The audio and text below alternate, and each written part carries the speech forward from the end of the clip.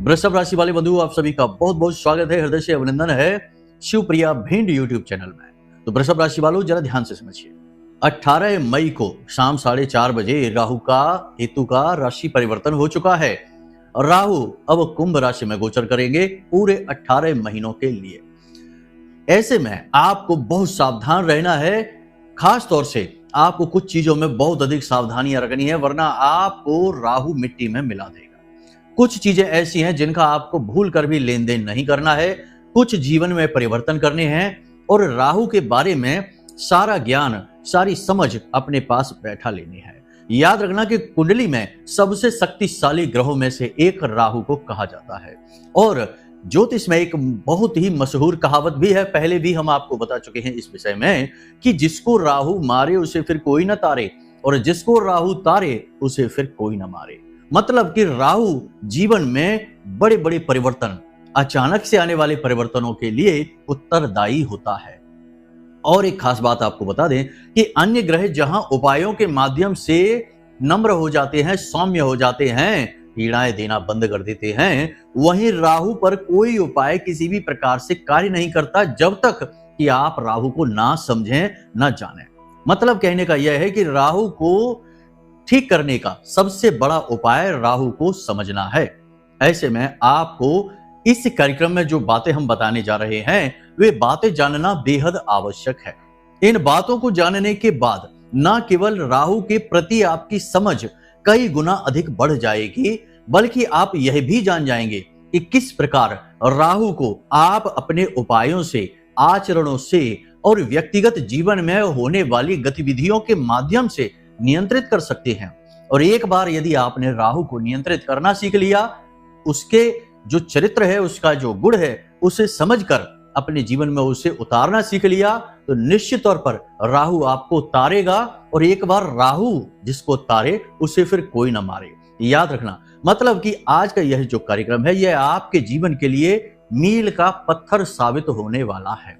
इस कार्यक्रम को जो अंत तक देखेगा 100% वह राहु से तो दुखी नहीं रहेगा, इस बात की हम गारंटी देते हैं। और ना केवल वह राहु से लाभ लेगा, बल्कि अब तक चली आ रही जो भी कठिनाइयां हैं, परेशानियां हैं, दुख तकलीफ हैं और ऐसे संकट और कष्ट हैं जिनसे छुटकारा मिलने का कोई मार्ग ही नहीं दिखाई दे रहा है, उनसे बाहर निकलने का रास्ता मिलेगा। क्योंकि राहु एक ऐसा ग्रह है जो यदि अपनी पर आ जाए तो फिर किसी की भी नहीं सुनता है, कोई भी इसके आड़े नहीं आ सकता है। राहु ग्रहों के राजा सूर्य को भी ग्रहण लगा सकता है, तो आप समझ सकते हैं कि कितनी अधिक शक्ति है इस ग्रह में। तो इसे समझना बेहद आवश्यक है। यह आपके जीवन की किस्मत की चाबी बन सकता है। जरूरी बात यहां पर यह है कि जिन लोगों का राहु खराब होता है, उनका सबसे पहला लक्षण ही यही होता है। वैसे तो बहुत सारे लक्षण होते हैं, हम सभी आगे बताने वाले हैं, लेकिन सबसे बड़ा और पहला लक्षण ही यही होता है कि उनके अंदर धैर्य की बेहद कमी हो जाती है। कहीं भी उनका मन कुछ मिनट और सेकंडों से ज्यादा टिकता ही नहीं है। इसीलिए आपने देखा होगा कि आज के समय में लोग कितने व्याकुल होते जा रहे हैं, क्योंकि राहु का प्रभाव दिन प्रतिदिन बढ़ता चला जा रहा है। यह कलयुग है, राहु का युग है। ऐसे में जो धैर्यवान हैं, जो ध्यान देते हैं चीजों पर और समझते हैं चीजों की गहराइयों को और उन्हें जीवन में उतारते हैं, उनका तो राहु ठीक रहता है, उन्हें उन्नति भी प्राप्त होती है। लेकिन ज्यादातर लोग केवल भटक ही रहे हैं। इसीलिए आप देखेंगे कि लोगों का ध्यान केंद्रित कितने कम समय के लिए होने लगा। जहां लोग पहले पुराने जमाने में घंटों बैठकर पंडालों में कथाएं और प्रवचन सुना करते थे, वहां आज के समय में लोग एक एक मिनट की रील भी पूरी नहीं देख पा रहे हैं, उसे भी बीच में छोड़ दे रहे हैं, क्योंकि लोगों का जो ध्यान केंद्रित करने की क्षमता है वह लगभग समाप्त होती जा रही है। राहु बिगड़ता जा रहा है।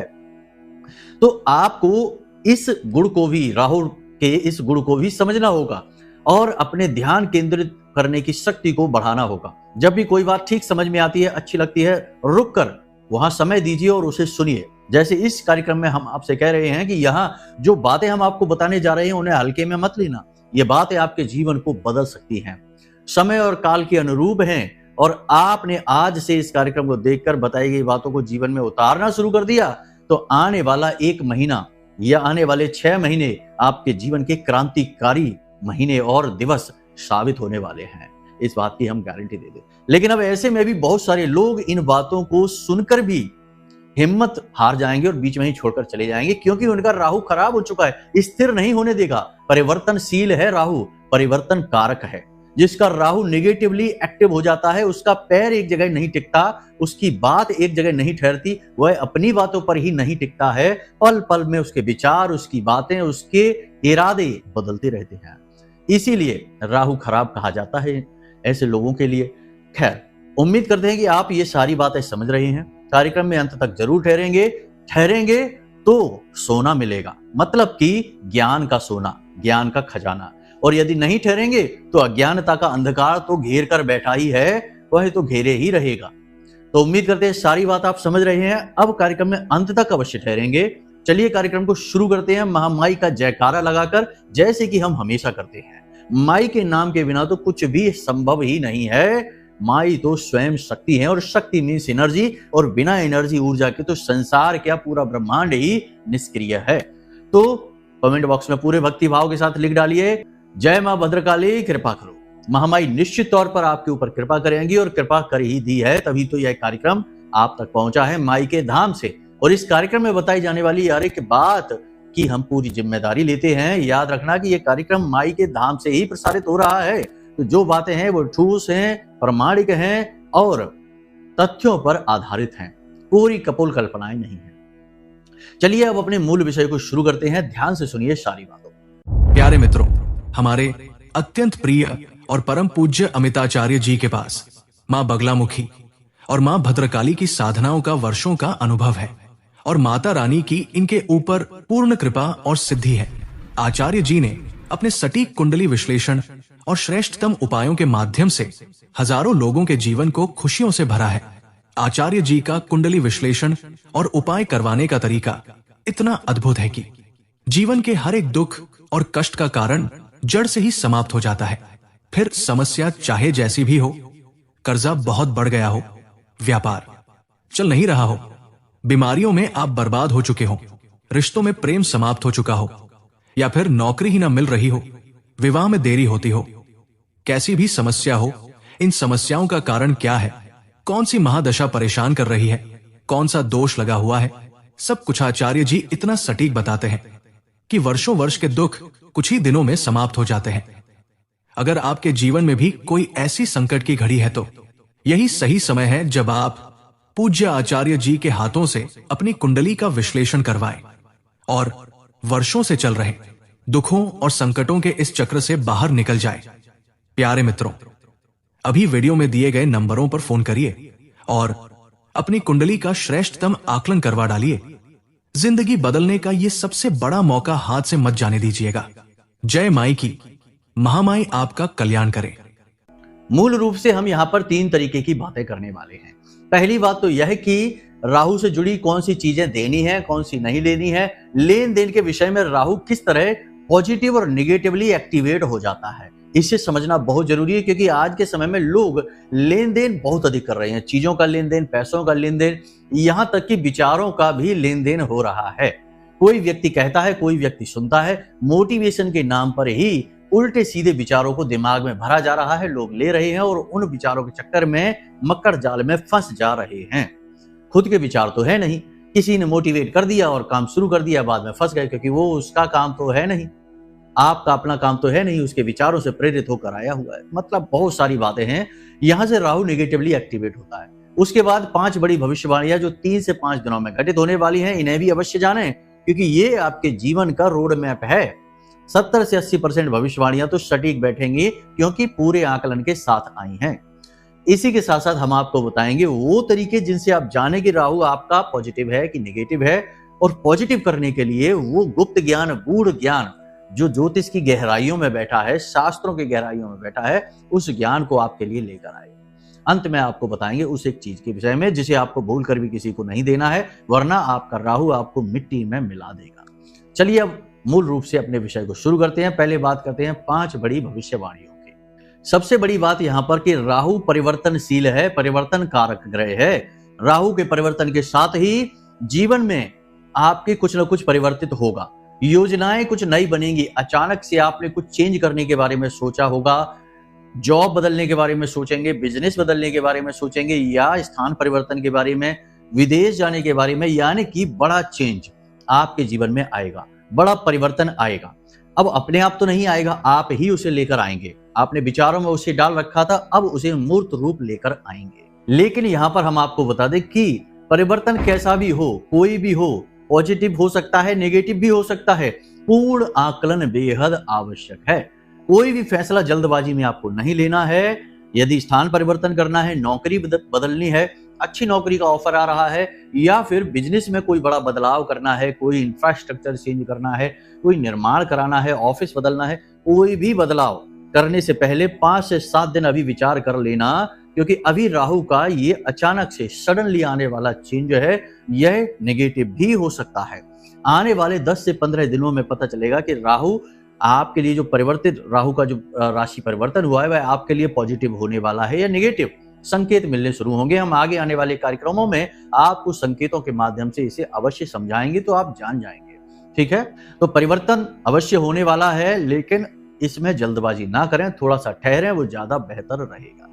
दूसरी भविष्यवाणी की किसी प्रकार की नेगेटिव गतिविधि आपके जीवन में घटित होने वाली है, जैसे कि घूस रिश्वत लेने का अवसर मिलेगा आपको, कोई गलत कार्य करने का अवसर मिलेगा, जुआ शराब सट्टेबाजी, तमाम तरीके के गलत कार्य होते हैं। अब हम क्या बता दें, सारे आप समझते हैं, दुनियादारी आप अच्छी तरह से जानते हैं। गलत कार्यों में रुचि बढ़ेगी, कुछ लोग ऐसे आपसे जुड़ेंगे जो गलत कार्यों में इन्वॉल्व होंगे, और वे लोग आपको प्रेरित करेंगे किसी गलत कार्य को करने के लिए। आपको ऐसे किसी भी गलत कार्य की ओर आकर्षित नहीं होना है, वरना आप परेशान हो जाएंगे। ये बड़ा संकेत है कि राहु आपके लिए नेगेटिवली एक्टिवेट हो चुका है, आपको गड्ढे में गिराने वाला है, सक्रिय हो चुका है। अब आपको समझना है, तो कोई भी गलत कार्य, भले बुरे का भेद तो आप समझते ही हैं, कोई भी गलत कार्य की ओर आपको मन करे आपका जाने का, या आपको अवसर मिल रहा है, मौका मिल रहा है, ना कर देना, उसे रोक देना। जरूरत नहीं है उसमें आगे बढ़ने की, तो आप रुक जाएंगे, तो आपका राहु भी पॉजिटिवली एक्टिवेट होने लगेगा। देखो, राहु एक एनर्जी है, अगर वो नेगेटिव, पहले तो वह नेगेटिव ही रहती है, क्योंकि वह राक्षस है, तो नेगेटिवली पहले एक्टिव होगा। लेकिन आपने यदि उसे थाम लिया, समझ लिया, अपने बुद्धि विवेक का प्रयोग कर लिया, तो वह फिर एक्टिवेट तो होगा, लेकिन नेगेटिव नहीं, पॉजिटिवली, तो आपको रंक से राजा बनाएगा। तो ये चीजें समझने की होती हैं, इसी को मार्गदर्शन कहते हैं। तो ये सारी बात आपने समझ ली। अब एक खास बात, किसी प्रकार की यात्रा का योग बन रहा है, आप किसी यात्रा पर जा सकते हैं। बिजनेस की भी ट्रिप हो सकती है, व्यक्तिगत भी हो सकती है, और धार्मिक भी हो सकती है। यात्रा चाहे जैसी भी हो, आपके लिए कष्टदायी रहेगी, हाजमा आपका खराब हो जाएगा, और पेट में किसी प्रकार की तकलीफ, इन्फेक्शन भी हो सकता है। बेहतरी यही रहेगी कि उल्टा सीधा खान पान ना करें, खाने पीने के लिए स्वास्थ्यवर्धक चीजों का ही चुनाव करें, और यात्रा में काम के दौरान थोड़ा अपनी सेहत का भी ख्याल अवश्य रखें। व्यावसायिक यात्रा होने की संभावना सबसे अधिक है। यदि यह धार्मिक यात्रा होती है तब तो बहुत अच्छी बात है, लेकिन अन्य प्रकार की यात्राएं यदि हैं, क्योंकि जीवन है, सब कुछ चलता है यहाँ पर, जीवन जीने के लिए बहुत कुछ करना भी पड़ता है, जीवन यापन के लिए यात्राएं भी करनी पड़ती हैं, तो करनी पड़े तो जाइए, रोका नहीं है, लेकिन यहाँ स्वास्थ्य खराब होने का खतरा है, तो उसके लिए थोड़ा सावधान रहना है। इसी प्रकार राहु के एक्टिवेट होने से अब यह संकेत भी मिल रहा है, जैसा हमने आपसे कहा कि पहले राहु नेगेटिवली ही एक्टिवेट होता है, चार्ज होता है, तो आपका सिर घूम सकता है, दिमाग खराब हो सकता है, गुस्से की वजह से किसी बात को लेकर आप में क्रोध बढ़ेगा, आप किसी बात को लेकर तनाव में आएंगे, किसी से झगड़ा कर सकते हैं, बात बिगड़ सकती है, स्थिति खराब हो सकती है, तो थोड़ा सावधान रहना है, तनाव की स्थितियों को अवॉइड करना है। किसी से ज्यादा तीखी आवाज में बहस बातें होने लगे तो समझ जाना कि राहु का प्रभाव है, रुक जाना है, थम जाना है, वरना आप फंस जाएंगे। इसी प्रकार आपका कोई मित्र या कोई रिश्तेदार आपको कोई अशुभ समाचार भी सुनाएगा। अगले 3 से 5 दिनों की भविष्यवाणियां हैं, कल भी ये हो सकता है, आज जब आप इस कार्यक्रम को सुन रहे हैं तब भी ये हो सकता है, या फिर आने वाले निकट भविष्य में कोई व्यक्ति आपका अपना ही आपको अशुभ समाचार सुना सकता है फोन के माध्यम से, क्योंकि फोन राहु का सबसे बड़ा उपकरण है आज के समय में। तो फोन के माध्यम से आपको कोई बुरी खबर, खराब घटना, अच्छी घटना नहीं है, सुनाई दे सकती है। अब खास बात कि जो लोग एलर्जी से परेशान हैं, वो जिनके पेट में दर्द है, तकलीफ है किसी प्रकार की, वो जिनके शरीर में कहीं ना कहीं किसी भाग में, विशेष भाग में दर्द रहता है, हल्का बुखार रहता है, ब्लड प्रेशर और हार्ट से जुड़े रोग एकदम से बढ़ सकते हैं, या इनकी तीव्रता बढ़ने की वजह से आप व्याकुल परेशान हो सकते हैं, आप हॉस्पिटल तक पहुंच सकते हैं। तो सावधान बहुत जरूरी है, सेहत को लेकर बेहद अलर्ट रहना है। याद रखना कि राहु का प्रभाव आपके गले, आपकी छाती में बहुत अधिक रहता है। यहाँ से ही राहु आपको नियंत्रित करता है, फिर यहीं से सीधे आपके मन मस्तिष्क में यानी आपके दिमाग में चला जाता है। राहु की एनर्जी की बात हम यहाँ पर कर रहे हैं। राहु कोई व्यक्ति विशेष नहीं है, वह एक ऊर्जा है, तो उसे उसी प्रकार से समझें। ये ना समझें कि कोई भूत है जो आपके सिर पर चढ़ जाएगा। गुरुजी कहते हैं कि राहु सिर पे पहुंचेगा तो क्या कोई भूत है? नहीं, ये एक एनर्जी है, ठीक है। तो ये इसी प्रकार से कार्य करती है। तो आपको इनसे जुड़े रोग आपको परेशान कर सकते हैं, अचानक से आपकी स्थिति खराब कर सकते हैं। तो थोड़ा सा सावधान रहें, संकेतों को पकड़ें और उसी के अनुसार व्यवहार करें, सावधानी बरतें तो बचे भी रहेंगे। ऐसा नहीं है, जो बातें कही जाती हैं वे घटित तो होंगी, लेकिन आपकी सावधानी और आपकी सुरक्षा के आधार पर उनकी तीव्रता कम या ज्यादा भी हो जाती है। तो इसे आप इसी तरीके से लें। डरने घबराने की जरूरत नहीं है। नहीं तो बहुत से लोग कहते हैं कि गुरुजी आप तो डरा रहे हैं, घबरा रहे हैं हम तो आपकी बातें सुनकर। इतनी सी बातों से डरना घबराना नहीं है। देखिए, जब कोई डॉक्टर के पास आप बैठेंगे तो वह तो आपको आपकी बीमारियों के बारे में ही बताएगा ना, हैप्पी बर्थडे का गीत तो गाएगा नहीं। तो इसी तरीके से समझिए कि आप जिस व्यक्ति के सामने बैठे हैं वह व्यक्ति किस क्षेत्र से जुड़ा है, उसी क्षेत्र की बातें करेगा और निगेटिव बातें ही ज्यादा करेगा, क्योंकि वो निगेटिव बातें आपको परेशानी में डाल सकती हैं। तो बातों के साथ साथ उपाय भी तो दे रहे हैं, इन्हें भी आपको समझना होगा। कभी आप डॉक्टर के सामने जाकर ये ना कहें कि भाई आप तो डरा रहे हैं, आप तो कह रहे हैं कि आपको बुखार है, टाइफाइड है, मलेरिया है, इनकी दवाई लेनी होगी, तो ये तो आप डरा रहे। ऐसा नहीं है, ये काम है, इसी तरीके से किया जाता है। मीठी बातें और चिकनी चुपड़ी बातें करके लोगों को बहकाने से बात नहीं बनती है, तब भी लोग फंसते ही हैं, परेशान ही होते हैं। तो बेहतर तरीका यह है कि सत्य बता दो, चाहे वह कड़वा हो, रूखा सूखा हो, चाहे जैसा भी हो, आपको सत्य से सामना करना होगा, वही हमारा काम है। तो यहां तक आपने सारी बातें समझ ली हैं। अब आप ध्यान से सुनिए। अब बताते हैं कि राहु आपके लिए शुभ या अशुभ है, ये आप कैसे जाने? तो अपनी कुंडली को देखकर भी जान सकते हैं, संकेतों से भी जान सकते हैं। संकेतों में आपकी भाषा शैली असभ्य रहती है, दिमाग में हमेशा गलत विचार आते हैं, गलत कार्यों में आपको उन्नति भी मिल जाती है। जुआ खेलते हैं तो उन्नति मिल जाती है, सट्टेबाजी में थोड़ा पैसा आ जाता है, शेयर मार्केट से भी थोड़ा बहुत फायदा हो जाता है, फिर लॉस भी हो जाता है। लेकिन आपकी किसी के साथ बनती नहीं है, लोग आपके साथ झगड़ा कर लेते हैं या आपका झगड़ा होता रहता है। वाहन भी आप बहुत तेजी से, लापरवाही से चलाते हैं और कपड़े पहनने का ढंग भी आपका अजीबोगरीब है, लोगों को समझ में नहीं आता है। उठने बैठने चलने फिरने के सारे तौर तरीके आपके ऐसे हैं कि लोगों को आपसे थोड़ा सा भय जैसा लगता है। लोग आपसे थोड़े से बात करने से कतराते हैं, आपके जवाब रूखे सूखे और असभ्यता भरे होते हैं। तो राहु नेगेटिव है आपका, इसे पॉजिटिव करने की जरूरत है। और भी बहुत सारे संकेत हैं, लेकिन मुख्य तौर पर कुंडली को देखकर बेहतर तरीके से समझा जा सकता है। तो कुछ बातें हैं जिनका आप ध्यान रखिए। यदि कुंडली के 12वें घर में राहु बैठा है तो राहु खराब है, 12वें घर में सूर्य बैठा है तो राहु खराब है, यदि 11वें घर में गुरु बैठे हैं तो राहु खराब है, यदि कुंडली में शनि और सूर्य की युति बन रही है तो राहु खराब है, यदि बुध आगे हैं और शुक्र पीछे हैं तो राहु खराब है। ये राहु खराब के संकेत हैं, हम आपको बता रहे हैं। इसी प्रकार राहु के कुछ अच्छे घर भी हैं, आप देख लें कुंडली में।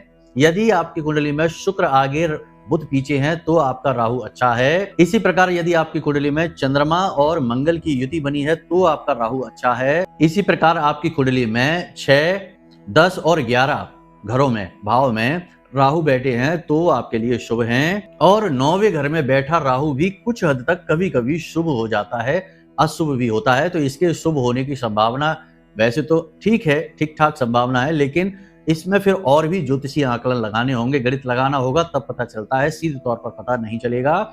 यहाँ पर भी वैसे राहु शुभ माना जाता है। इसी प्रकार आपकी कुंडली में यदि गुरु 3, 6, 8 और 11 के भाव में बैठे हैं तो आपका राहु अपने आप खराब हो जाएगा, क्योंकि यहाँ पर गुरु कमजोर हो जाते हैं। यदि गुरु अस्त हो चुके हैं तो खराब हैं, यदि नीच के हैं तो खराब हैं, तो राहु भी आपका खराब है। अब यहाँ पर यदि गुरु का सपोर्ट राहु को नहीं मिलेगा, यानी गुरु अच्छे हो जाएंगे तो राहु अपने आप पॉजिटिव रिजल्ट देने शुरू कर देंगे। गुरु का सपोर्ट मिलना बहुत जरूरी है। यदि गुरु का सपोर्ट नहीं मिल रहा है तो राहु आपका वीक है, अब राहु को स्ट्रॉन्ग करने की जरूरत है। राहु को स्ट्रांग करने के लिए, मजबूत बनाने के लिए, पॉजिटिव करने के लिए सबसे पहली चीज ये है कि आपको काले और नीले रंग के वस्त्रों से दूरी बनानी होगी। इन वस्त्रों को आपको अपने पास नहीं रखना है। काले नीले रंग की चीजों को किसी से मुफ्त में लेना भी नहीं है। इलेक्ट्रॉनिक सामान, मशीनी सामान किसी से यूं ही नहीं लेना है। किसी और का वाहन, किसी और का मोबाइल भी प्रयोग नहीं करना है, छूना भी नहीं है, दूर रहना है। साथ ही किसी के भी घर जाएं तो उसके घर में यूं ही अंदर ना घुस जाएं। मतलब कि ऐसा होता है दोस्त यारों में कि बिना पूछे ही दरवाजा खुला है तो हिम्मत बढ़ जाती है, क्योंकि रिश्ता ही गहरा होता है तो अंदर घुस जाते हैं। ये बहुत गलत है। इससे राहु नेगेटिवली एक्टिवेट हो जाता है, क्योंकि घर के मुख्य दरवाजे पर जो दहलीज है वहां राहु का वास माना जाता है। तो बिना अनुमति लिए कभी किसी के घर में प्रवेश ना करें। याद रखें कि हम आपके अपने घर की बात नहीं कर रहे, दूसरों के घरों की बात कर रहे हैं। कई बार ऐसा होता है कि लोग प्रेम के वशीभूत होकर ऐसे ही चले जाते हैं कि भाई हमारा तो मित्र है, इससे क्या पूछना। लेकिन ये गलत है। यहाँ पर आपको पूछना अति आवश्यक है। चीजों को अच्छी तरीके से समझने का प्रयास किया करिए, तो तर्कों के चक्कर में ना पड़िए, वरना समझाने में ही पूरा कार्यक्रम चला जाएगा। कुल मिलाकर यह है कि आपको अपने घर की दहलीज, आपकी जो दहलीज है, मुख्य दरवाजा, वो टूटा फूटा ना हो, नीचे दबा हुआ ना हो, और वहां थोड़ी सी ऊंचाई होनी चाहिए, जमीन से थोड़ा सा वह ऊंचा हो। दहलीज, जो मुख्य दरवाजे की दहलीज है, वह ऊंची होनी चाहिए। इससे राहु आपका शुभ हो जाता है। यदि दबी हुई है, टूटी फूटी है, तो राहु अशुभ हो जाता है। राहु को शुभ करने का, अनुकूल करने का सबसे अच्छा उपाय यह भी है कि आप भोलेनाथ के मंदिर जाएं और वहां शिवलिंग को जल समर्पित करें, पूजा पाठ करें। साथ ही शिवलिंग पर काले तिल अर्पित अवश्य करें। और मंदिर से लौटते समय किसी अपाहिज भिखारी को, यदि एक आंख वाला भिखारी आपको मिल जाता है, जिसकी एक आंख खराब है, ऐसा भिखारी आपको मिल जाता है, तो उसे धन और अन्न अवश्य दें, और इतना दें कि वह मुस्कुराने लगे, खुश होने लगे, क्योंकि यह राहु का प्रतीक है। राहु आपका तुरंत पॉजिटिव हो जाएगा। ये कुछ साधारण सी बातें हैं राहु को लेकर जो आपको समझनी है। अब बात करते हैं एक चीज जो किसी को नहीं देनी है। सबसे बड़ी बात कि राहु का गुरु से सीधा नाता होता है। यदि गुरु आपका निगेटिव हो जाएगा तो राहु आपको कभी शुभ फल नहीं दे सकता है। इसलिए धर्म ग्रंथ, क्योंकि आज के समय में लोग गीता जी है, रामायण जी है, या फिर और भी तमाम तरीके की धार्मिक किताबें, या कोई भी किताब, हम तो यही कहेंगे कि कभी किसी को कोई भी किताब गिफ्ट में, उपहार में ना दें। इससे आपका गुरु तो नेगेटिव हो ही जाता है। मतलब कि गुरु की शक्ति तो कमजोर होती ही है। किताबों का सीधा संबंध राहु से भी है, क्योंकि किताबें जो हैं, चाहे धार्मिक हो चाहे साधारण हो, वे माता सरस्वती का प्रतीक है, और राहु की देवी, आराध्य देवी माता सरस्वती हैं।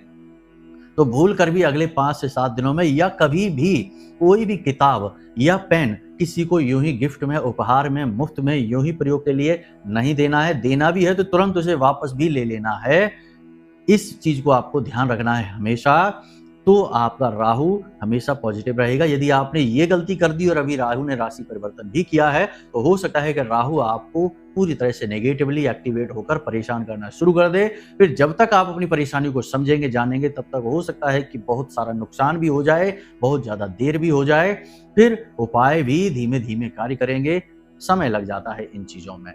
तो उम्मीद करते हैं कि सारी बातें आपने समझ ली हैं। अब यदि आपको कुछ चीजें हैं जो समझ में नहीं आई हैं, या फिर आप और गहराई से समझना चाहते हैं, तो नंबर हमने वीडियो में दे रखे हैं। अपनी कुंडली का विश्लेषण करा लीजिए। कुंडली का विश्लेषण कराने से आपको 2 लाभ हैं। एक तो आपके जीवन की समस्याओं का जो मुख्य कारण है वह समझ में आ जाएगा। बहुत सारे लोग हैं जिनकी उम्र 55-60 साल हो जाती है, तब भी उन्हें पता नहीं रहता कि उनकी कुंडली में क्या दोष है। किस ग्रह से पितृ दोष आ रहा है, काल सर्प दोष है कि नहीं है, विष दोष है कि नहीं, मांगलिक यानी कि है कि नहीं है, या फिर अंगारक वगैरह, गुरु चांडाल, तमाम तरीके के योग होते हैं, दोष होते हैं। इनके निवारण बहुत जरूरी है। लेकिन उम्र गुजर जाती है, लोगों को पता ही नहीं है, क्योंकि कुंडली कभी किसी को देखा ही नहीं। बेहतर तरीका यह है कि आप अपनी कुंडली का विश्लेषण करा लीजिए। नंबर वीडियो में हमने दे रखे हैं, और उन दोषों को निवारण के लिए सटीक उपाय ले लीजिए। उन उपायों को करिए, जिंदगी में महापरिवर्तन की शुरुआत हो जाएगी। उम्मीद करते हैं सारी बातें आपने समझ ली हैं। ये बातें आपको बहुत लाभ पहुंचाएंगी। इन्हें आप जीवन में अपने अवश्य उतारना। बहुत मेहनत से कार्यक्रम हमने तैयार किया है आपके लिए। आपको महामाई की कृपा भी पहुंचेगी। तो चलिए बंधु, आज के इस कार्यक्रम को यही विराम देते हैं। हमेशा हंसते रहिए, मुस्कुराते रहिए, सकारात्मक रहिए। महामाई पर अपनी आस्था विश्वास जरूर बनाकर रखिए, क्योंकि आपका उद्धार तो वहीं से होना है। प्रेम से बोलिए जय माई की। हमारे प्रिय और परम पूज्य आचार्य जी ने अपनी साधनाओं के अनुभवों पर आधारित शक्तिशाली उपाय और क्रियाओं के माध्यम से हजारों लोगों के जीवन को पूरी तरह से बदला है। आचार्य जी के द्वारा बताया गया हर एक उपाय इतना सटीक और कारगर होता है कि जो भी इसे पूरे भाव के साथ कर लेता है उसे साक्षात महामाई की कृपा और आशीर्वाद प्राप्त हो जाती है। इसलिए निसंकोच इन उपायों को पूरे भाव के साथ करिए, आपका कल्याण होगा। जय माई की।